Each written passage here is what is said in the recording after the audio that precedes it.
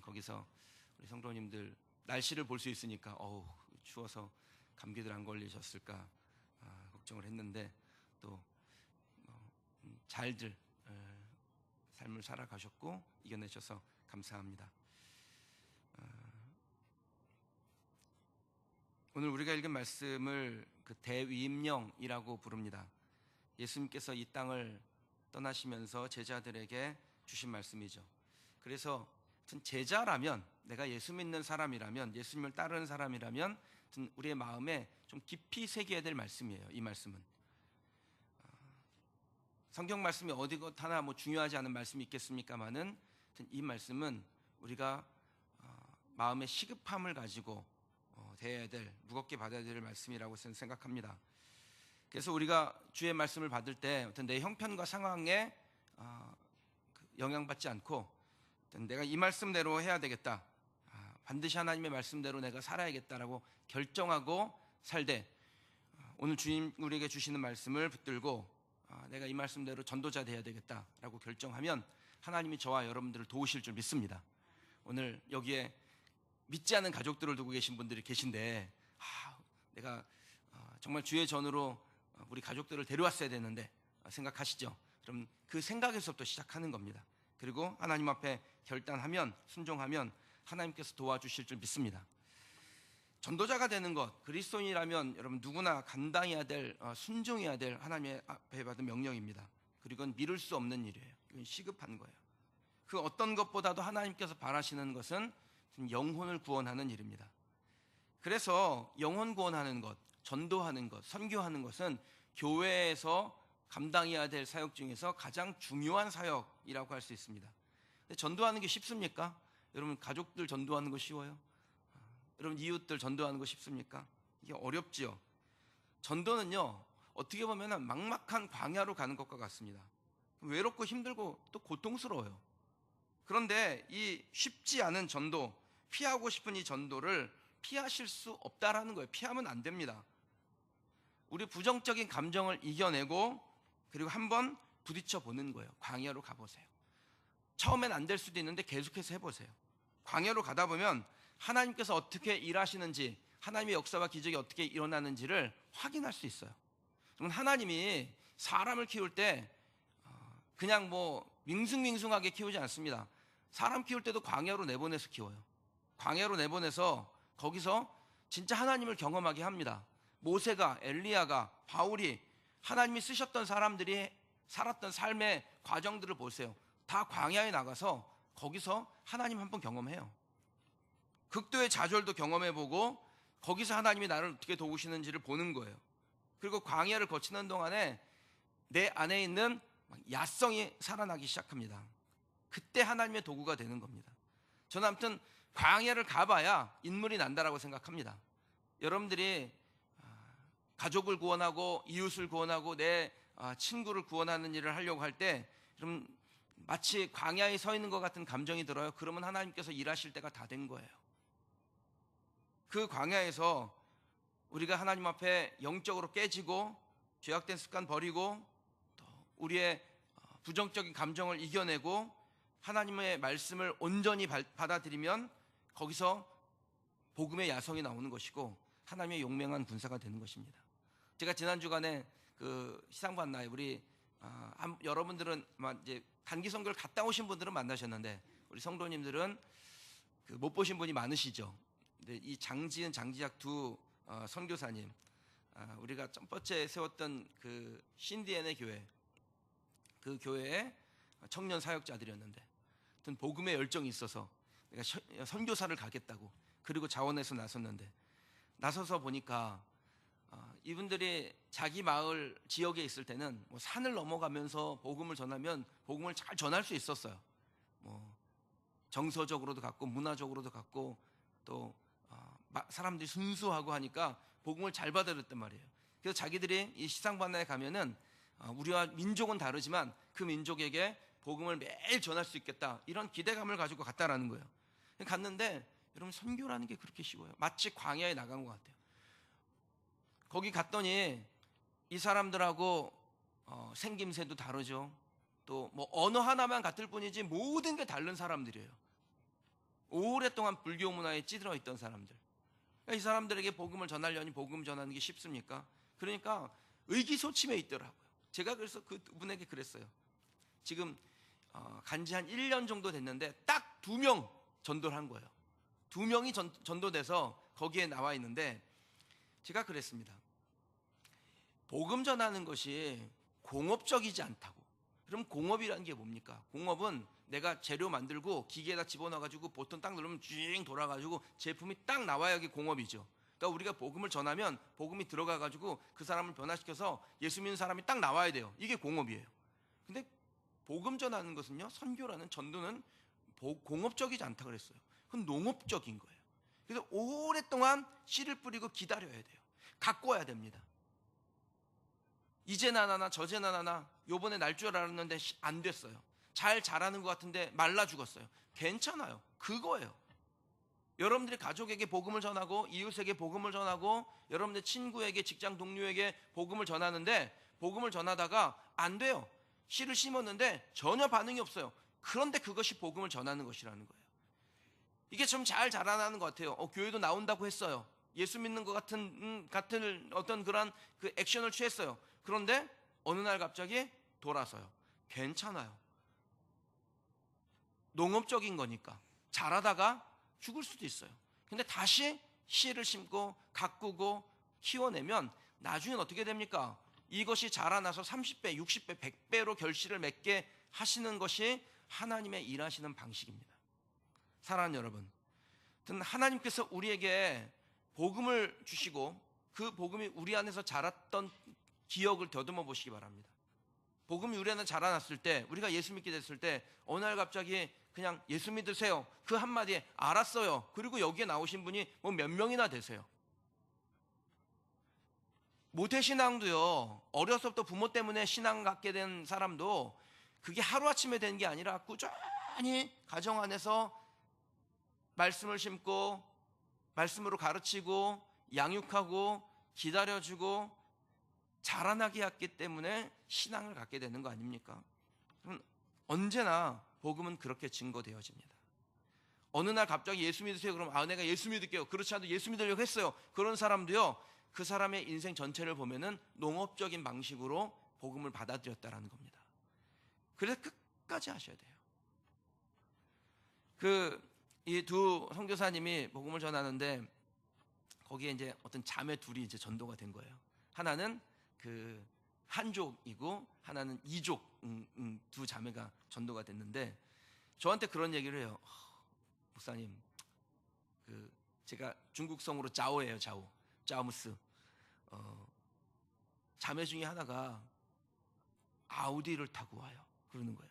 자기는 시골에서 먹고 산속에서 왔으니까 사람이 때깔이 안 나요. 아무리 도시에 와가지고 막 이렇게 좀 양복 입고 막 그래도 때깔이 안 나더라고. 저도 오랜만에 봤는데 조금 나졌는데 때깔이 안 나요. 근데 본인이 볼 때 여기 도시에 살고 그리고 어떤 한 자매가 교회에서 맺겠다고 왔는데 아우디를 타고 왔대요. 우리나라에서도 아우디 타면 꽤 잘 사는 건데 거기는 아우디 타면 진짜 잘 사는 거잖아요. 그러니까 마음이 쫄린 거예요. 나는 이렇게 예수 믿는데 별로 형편도 어렵고 선교사하러 가는데 구질구질한 것 같고 그런데 저 자매는 뭔가 좀 있어 보이고 그러니까 자기가 굉장히 마음이 쫄린다라는 거예요. 그래서 제가 그랬습니다. 예전에도 그렇게 가난하게 예수 믿는 사람이 있었는데 베드로와 요한이라는 사람이에요. 근데 이 베드로와 요한이라는 사람이 하루는 기도하러 성전에 올라가는데 어떤 사람이 이 베드로와 요한에게 무엇을 줄까 하고 쳐다볼 때 베드로와 요한이 했던 말이 있습니다. 금과 은은 내게 없거니와 내게 있는 것을 너에게 주노니 나사렛 예수 그리스도 이름으로 일어나 걸어라. 우리 안에 예수 그리스도가 있으면 금과 은은 없어도 그보다 소중한 것을 가지고 있는 거죠. 그것을 가지고 담대하셔야 됩니다. 제가 그렇게 변면했더니 얼굴색이 달라지고 내가 금과 은은 없지만 진짜 금과 은이 없어요, 그분들은. 근데 금과 은은 없는데 내 안에 예수 그리스도가 있으니까 그 예수 그리스도를 통해서 내가 용기를 갖고 담대해지고 복음을 증거하겠습니다. 내가 그 자매를 만나도 이제는 쫄지 않을게요. 이런 고백을 하게 됐습니다. 그럼 여러분이 광야에 나가면 완전히 아무것도 없는 것 같고 정말 그야말로 금과 은이 없는 홀딱 벗겨진 것 같은 그런 형편이 되죠. 그런데 그때 하나님께서 우리의 마음에 무엇을 주세요? 예수 그리스도의 복음을 딱 담아주시고 그 복음이 우리로 하여금 환경을 넉넉하게 이길 수 있는 힘을 갖게 하는 줄 믿습니다. 저는 이 힘을 여러분들이 갖기를 주님의 이름으로 축원합니다. 하나님께서 전도자가 되기로 결정하면 어떤 은혜를 주실까요? 오늘 말씀해 보면 첫 번째는 권세를 주시죠. 18절 말씀 같이 한번 읽어보겠습니다. 예수께서 나와 말씀하여 이르시되 하늘과 땅의 모든 권세를 내게 주셨으니 아멘. 하늘과 땅의 모든 권세가 원래는 누구에게 있어요? 예수님에게 있어요. 하늘과 땅의 모든 권세를 예수님에게 주셨다라고 말씀합니다. 그런데 예수님께서 그 권세를 어떻게 하셨습니까? 예수님 혼자 갖고 계시는 것이 아니라 그 권세를 사용할 수 있는 자격을 가지고 있는 사람에게 주셨다라는 거예요. 어떻게 할 수 있을까요?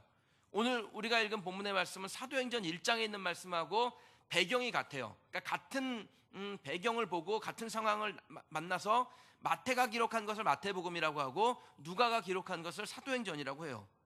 근데 이 사도행전, 누가가 기록한 이 사도행전의 같은 배경을 가지고 있는 말씀을 보면 이렇게 되어 있습니다. 성령이 너희에게 임하시면 너희가 권능을 받고 예루살렘과 온 유대와 사마리아와 땅끝까지 이르러 내 증인이 되리라. 그러니까 예수님이 뭐라고 하셨냐면 하나님께서 나에게 모든 권세를 주셨는데 이 모든 권세는 너희가 성령을 받을 때 너희 가운데 임하게 될 것이다. 권능이 너희 가운데 임하게 될 것이다. 그리고 그 권능이 임하게 되면 너희는 전도자가 될 것이다. 이렇게 말씀하셨다는 겁니다. 그럼 우리가 성령을 받고 권능을 받는 것은 약속된 것입니다. 그 약속을 믿고 성령을 사모하면 증인의 사명 감당할 수 있도록 하나님께서 우리를 도우신다고 했어요.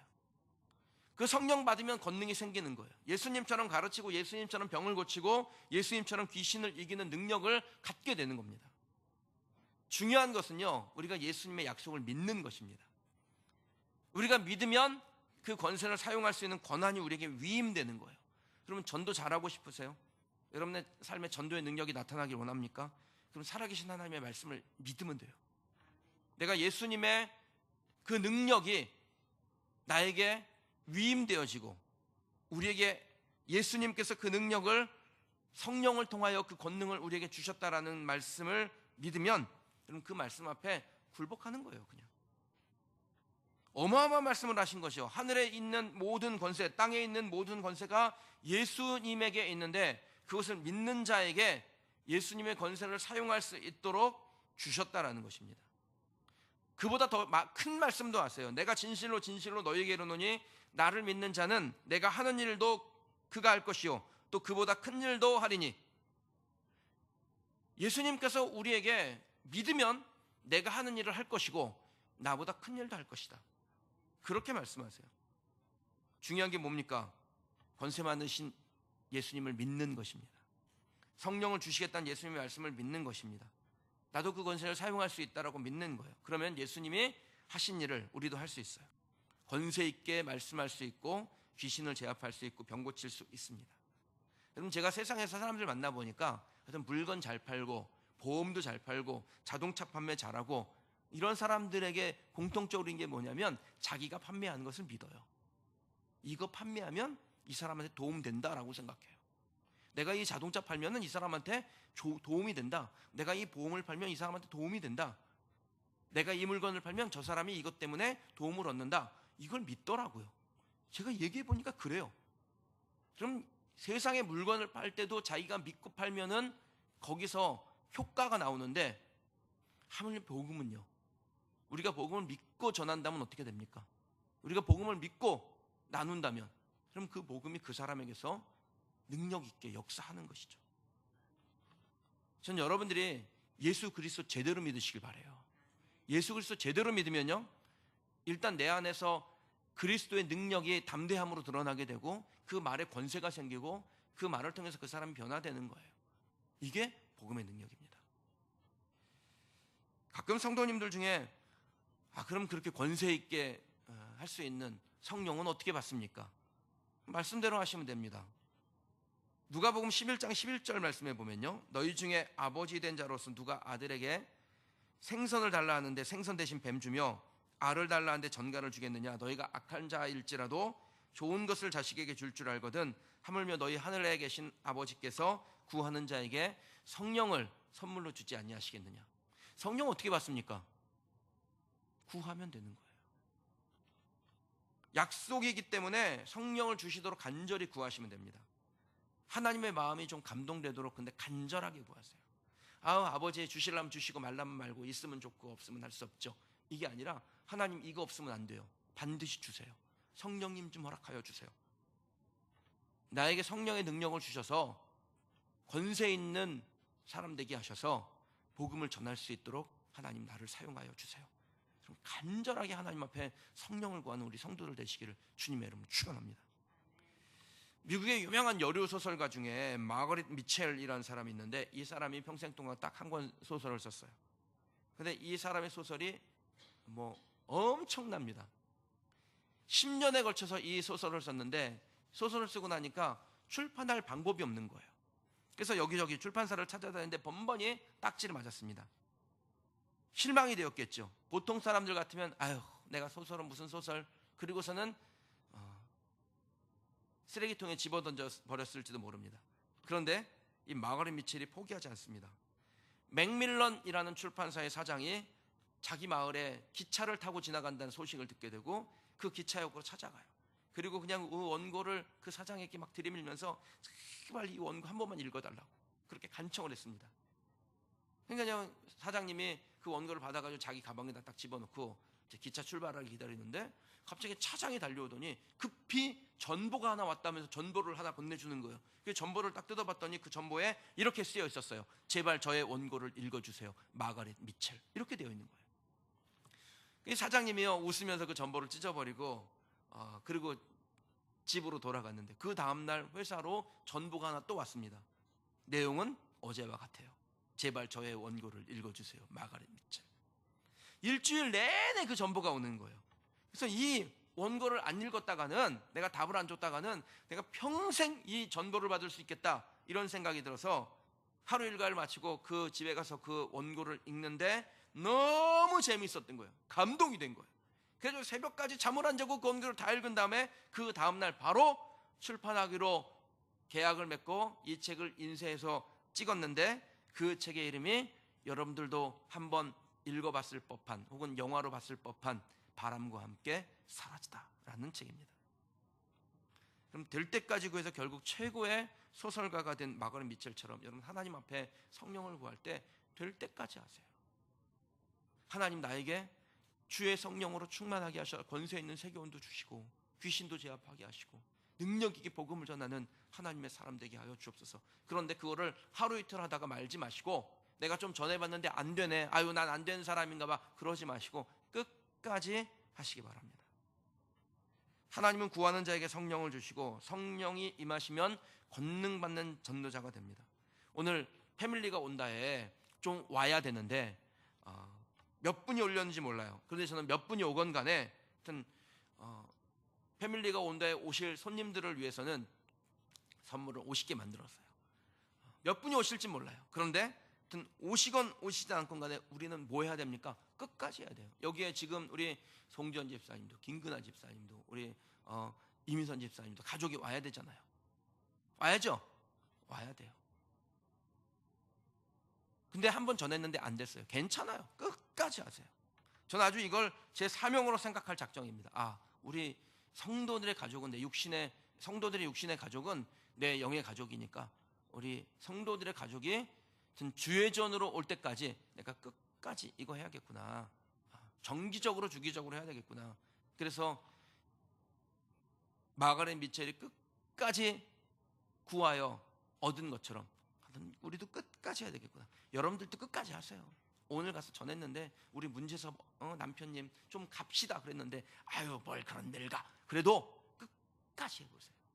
끝까지. 우리 송지연 집사님 김강철 남편 끝까지 해보세요.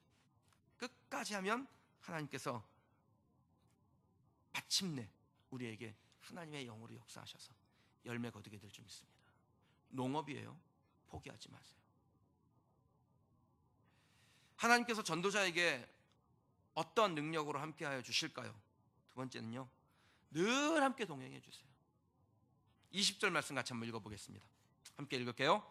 내가 너희에게 분부한 모든 것을 가르쳐 지키게 하라. 볼지어다 내가 세상 끝날까지 너희와 항상 함께 있으리라 하시니라. 아멘. 여러분, 하나님은 전도자와 동행해 주신데 언제까지요? 세상 끝날까지, 끝까지 함께 하신다고 했어요.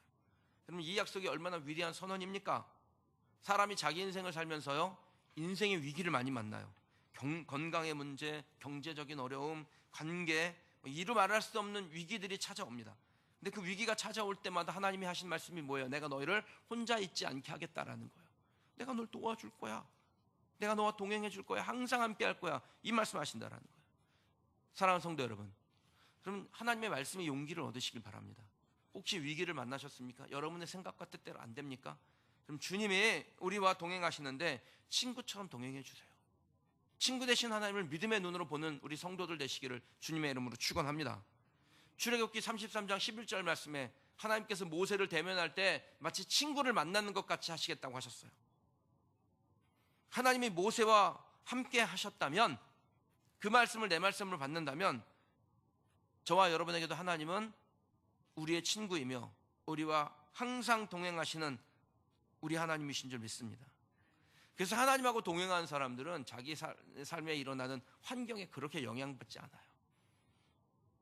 지금 당장 내 마음에 들지 않고 내 생각과 같지 않고 내 뜻대로 되지 않았어도 하나님과 동행하는 사람 묵묵히 하나님이 우리에게 일하실 것을 기대하며 주님 바라봅니다.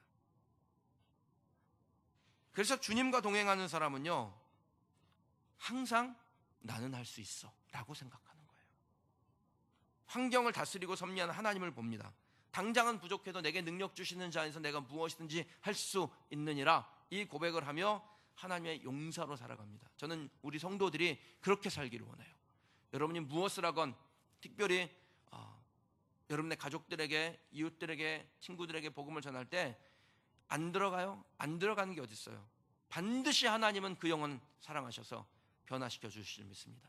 단지 우리에게 맡기신 거예요. 하나님과 동행하는 사람들의 특징이 뭡니까? 세상을 두려워하지 않는다라는 것입니다. 바꿔 말하면 세상이 하나님과 동행하는 사람을 두려워해요.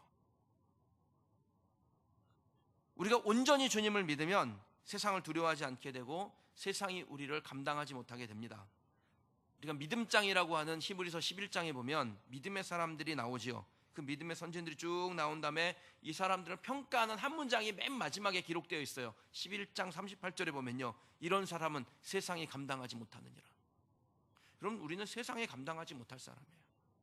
저도 우리 교회 성도님들은 저를 참 존귀히 여겨주지만 또 교회 바깥에 나가면 이런저런 사람들 많이 만나잖아요.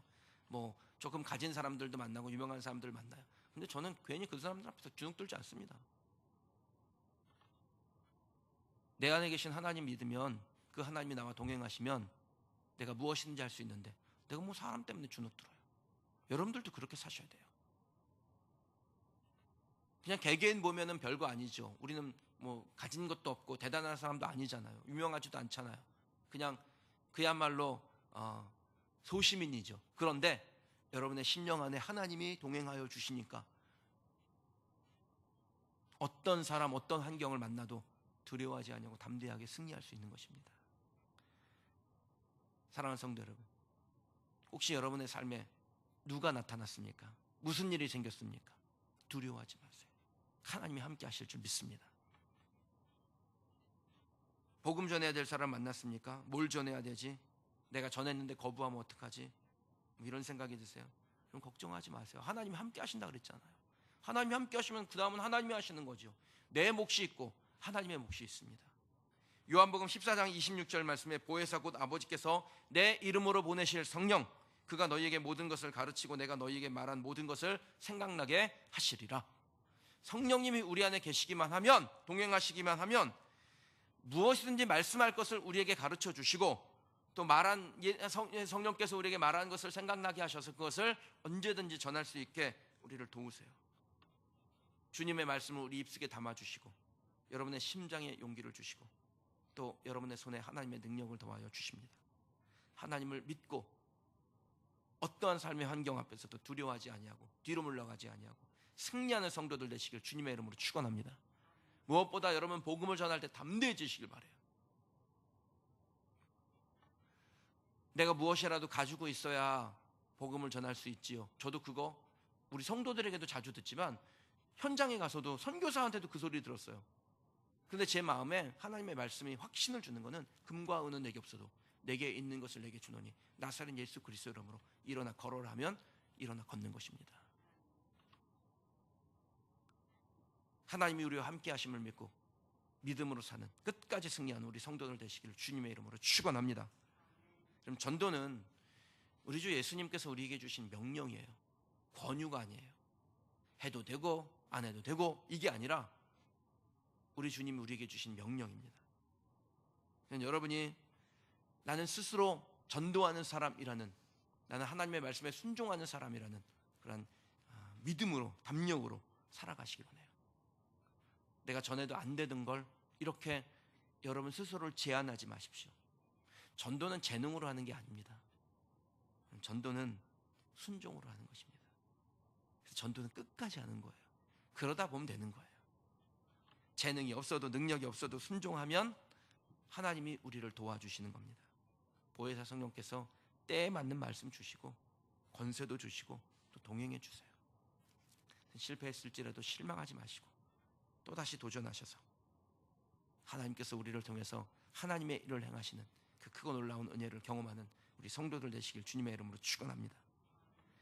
예수님 앞에 이 대위 이임령을 제일 처음 받았던 사람들이 누구예요? 제자들이죠. 근데 오늘 말씀해 보면 그 제자들도 예수님 승천하시는데도 의심하는 사람이 있었다라는 거예요. 누군지는 모르겠어요. 그런데 그런 제자들이 그때도 있었어요. 전 보면요, 하나같이 엉덩이 쫙 빼고 도망갈 생각하는 사람들이었습니다. 3년 동안 그렇게 가르쳤는데 전 복음이 무엇인지를 모르는 사람들이었어요. 예수님 십자가 고난당할 때 옷 벗어 던지고 도망가고 모른다고 달아나고 계집종 앞에서 저주하면서 부인했던 그런 제자도 있었어요. 예수님 부활하셨는데 구멍난 옆구리에 손 넣어보지 않고는 내가 믿지 않겠다고 그런 불신앙의 제자도 있습니다. 부활하신 주님을 2번이나 만났는데 세상 일에 빠져가지고 돈 벌겠다고 물고기 잡으러 간다고 도망간 제자들도 있었습니다. 7명이나 돼요, 그런 제자들이. 그럼에도 불구하고 예수님 이들을 내치지 아니하시고 또 오시죠. 불러 사명 주세요. 내가 너희와 함께 하겠다. 전도자의 소명 주시는 거예요. 사랑하는 성도 여러분, 하나님께서 우리에게도 동일하게 오늘 그렇게 말씀하신 겁니다. 야, 괜찮아. 다시 심으면 되지. 다시 가꾸면 되지. 다시 이렇게 세우면 되지.